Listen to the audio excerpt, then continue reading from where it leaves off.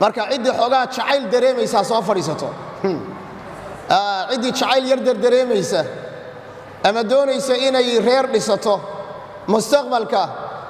ama xogaa reerka ka yar halaysan yahay oo doonaysa hadda inay toosiso ha soo fadhiisato insha Allah taala hadaa la yiraahdo hordhaca wuxuu leeyahay qaybta koobaad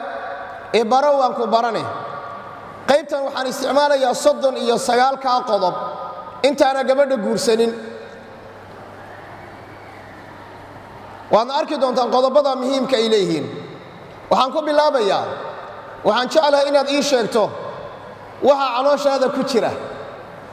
gabadha waa shukaansanaysa wiilkii gabadhi baa shukaansanaysa wiilkuna gabadhi buu shukaansanaya